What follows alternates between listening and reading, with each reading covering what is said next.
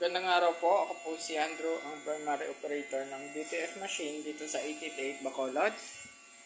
Ito po ang aking printer head area.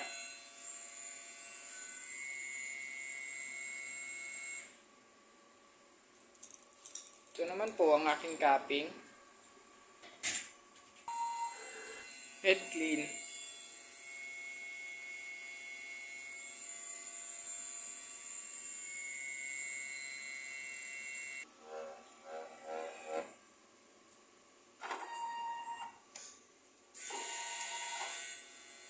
Katapos po nating mag-head clean, punasan po natin ang wiper.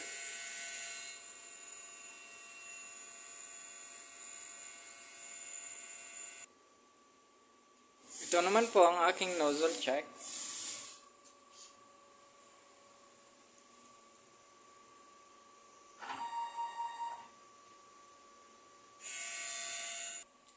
Ito naman po ang aking ink tank. Tama lang po ang mga ink level nila. Ito naman po ang aking waste tank. Linis ko ito nung nakaraang araw. Ito naman po ang aking EBR. Yan naman po ang aking ground wire.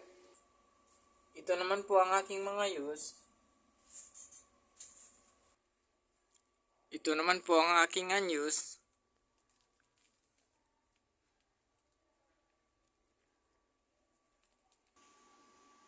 Ito naman po ang aking daily production log, printer daily checklist, and then ito naman po ang aking consumables monitoring. Wala pa po akong mga consumables na nagamit. Yun lang po. Maraming salamat.